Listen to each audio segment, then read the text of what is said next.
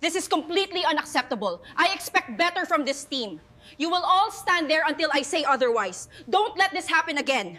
This is completely unacceptable performance. I expect better from this team. You all need to shape up or start looking for new jobs. I've called you in here because your recent conduct is simply unacceptable. You cannot expect to keep your position if you continue behaving this way during working hours. This report is completely unacceptable. I expected better from you. Look at these figures. They are a mess. I need this revised by the end of the day. No excuses. I told you the deadline was firm. There are no excuses for this kind of performance. You are lucky to still have jobs. Ano ba naman ito?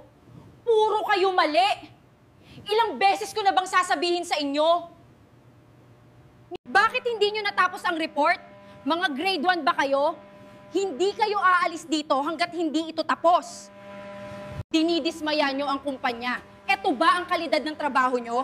Pagbutihin nyo sa susunod o maghanda kayo sa kahihinatnan.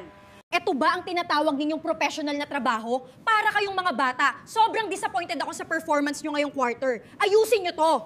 Ano ba sa tingin nyo ang ginagawa nyo? Puro kayo drawing.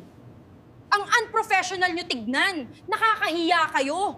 Ano ba itong ginagawa nyo? Hindi ito ang standard na ine-expect ko. Ayusin nyo to agad, kundi magkakaproblema kayo sa akin.